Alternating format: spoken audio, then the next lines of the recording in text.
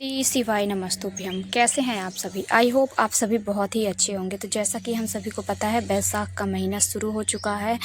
तो आप सभी लोगों को कुछ ऐसी खास चीज़ें करनी है जिससे कि महादेव बहुत ही ज़्यादा प्रसन्न हो और उनका आशीर्वाद सदैव आपको मिल सके, ताकि आपके जीवन में आने वाली सभी समस्याएं दूर रहें और आपके जीवन में धन और संपत्ति की कभी भी कमी ना हो।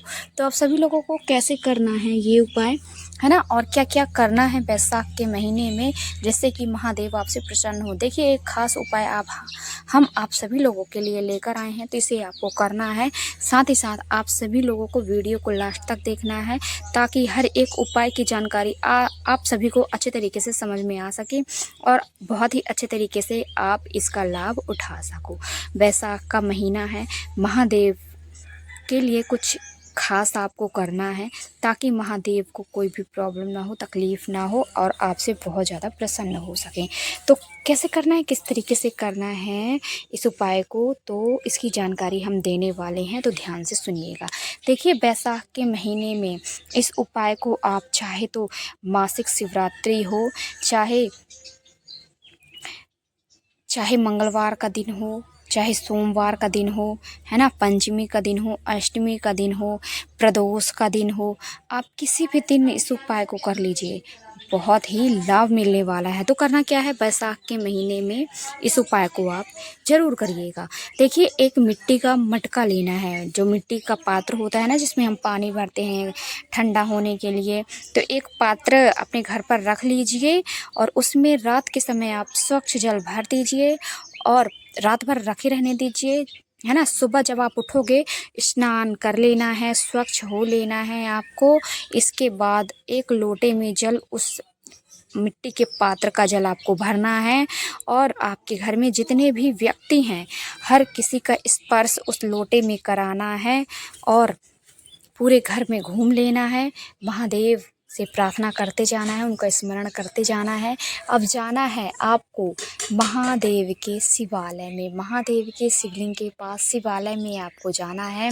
जाने के बाद आपको ये एक लोटा जल महादेव के शिवलिंग के ऊपर कुंदकेश्वर महादेव का नाम स्मरण करते हुए शिवलिंग के ऊपर अर्पित कर देना है। देखिए, बैसाख के महीने में अगर आप ये उपाय करते हो ना, तो आपको बहुत लाभ मिलता है, क्योंकि बैसाख के महीने में महादेव को जल अर्पित करना यानी कि अपने जीवन को संवारना। बैसाख के महीने में जल अर्पित करना महादेव की शिवलिंग के ऊपर यानी कि अपनी खुशियों को हासिल करना, महादेव को प्रसन्न करना। कालों के भी काल हैं, महाकाल हैं। तो आपको ये उपाय करना है, बैसाख के किसी भी दिन आप कर सकते हैं। मासिक शिवरात्रि हर महीने में आती है, तो मासिक शिवरात्रि को कर लीजिए, है ना। या फिर आप प्रदोष का दिन पड़ रहा है, प्रदोष के दिन कर लीजिए। सोमवार का दिन, सोमवार के दिन आप इस उपाय को कर लीजिए, है ना। आप इन खास दिनों में आप इस उपाय को करिए। अष्टमी का दिन होता है, अष्टमी के दिन करिए। मतलब आप इस उपाय को किसी भी दिन कर सकते हैं, तो करिए ज़रूर, बहुत लाभ मिलने वाला है। तो ये था हमारा पहला उपाय। आई होप समझ में आया होगा। अगर कुछ भी समझ में नहीं आया तो आप हमसे पूछ लीजिए, ठीक है। तो बात करेंगे हमारे दूसरे उपाय के बारे में। देखिए, हम जो दूसरा उपाय बताने वाले हैं आपको, आपके घर में रोग है, मतलब कोई ऐसा व्यक्ति है जो रोग प्रवृत्ति का है, उसे एक ना एक रोग लगा ही रहता है, एक ठीक होता है दूसरा रोग लग जाता है। बहुत ज़्यादा परेशान हो चुके हो अपने जीवन में और आप डॉक्टर को दिखवा कर भी परेशान हो चुके हो, उस व्यक्ति की बीमारी ठीक होने का नाम नहीं ले रही है। तो आपको ये उपाय करना है। तो करना क्या है, एक पीतल के लोटे में जल लेना है, यानी एक पीतल का पात्र लेना है, लोटा लेना है, उसमें शुद्ध जल भरना है और एक काली मिर्च लेनी है। केवल एक काली मिर्च के उपाय से आपका रोग दूर होगा।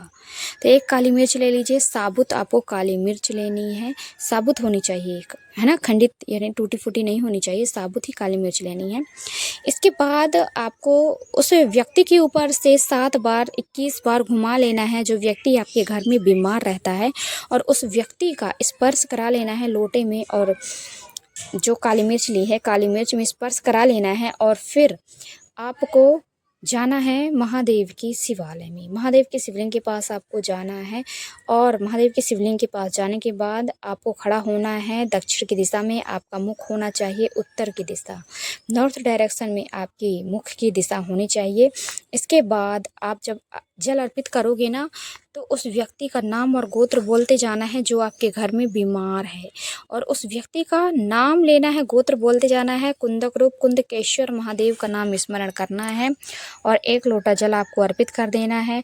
इसके बाद जो आपने एक काली मिर्च ली है ना, उस काली मिर्च को लेना है, उस व्यक्ति का नाम गोत्र बोलना है, महादेव से प्रार्थना करनी है, हे महादेव मेरे घर में ये व्यक्ति है और ये बहुत ज़्यादा बीमार रहता है और इसकी बीमारी ठीक होने का नाम नहीं ले रही है, तो आप हम पर कृपा कीजिए, उस व्यक्ति पर कृपा कीजिए जो हमारे घर में बीमार है, उसे ठीक कीजिए महादेव।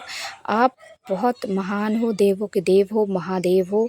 आपसे की गई प्रार्थना कभी खाली नहीं जाती है, ऐसे बोलना है। और एक काली मिर्च कुंदक रूप कुंदकेश्वर महादेव का नाम स्मरण करते हुए अर्पित कर देना है और थोड़ा सा जल आपको इकट्ठा कर लेना है। जैसे जलाधारी में बहते जाता है ना, उस जल को थोड़ा सा अपने लोटे में इकट्ठा कर लेना है, उसे अपने घर पर लेकर आना है और उस व्यक्ति को पिलाना है जो आपके घर में बीमार है। कुंदक रूप कुंदकेश्वर महादेव का नाम स्मरण करते हुए पिला देना है। इसके बाद बचे हुए जल को अपने पूरे घर में छिड़काव करना है। तो ये जो उपाय है ना, इस उपाय को आप करते हैं तो आपको लाभ मिलेगा। बस आप पूरे सच्ची श्रद्धा, पूरे विश्वास के साथ आप करिएगा, महादेव की कृपा आपको ज़रूर मिलेगी और वो व्यक्ति बहुत ही जल्दी ठीक होगा। बस विश्वास के साथ करते रहिए इस उपाय को। ये था दूसरा उपाय, ये था रोग प्रवृत्ति वाला उपाय। अब हम बात करेंगे हमारे तीसरे उपाय के बारे में कि आपको तीसरा उपाय कैसे करना है, किस तरीके से करना है। आप ध्यान से सुनिएगा, पूरे सच्ची श्रद्धा के साथ सुनिएगा। तो ये उपाय आप करिएगा ज़रूर और बताइएगा आपको समझ में आया कि नहीं, और कमेंट में जय श्री राम जरूर लिखिएगा। माता लक्ष्मी का जयकारा लगा दीजिएगा, भोलेनाथ का जयकारा लगा दीजिएगा। तो मिलते हैं अगली वीडियो में। आपका दिन शुभ हो, मंगलमय हो, यही कामना रहेगी मेरी हमेशा ईश्वर से। हर हर महादेव।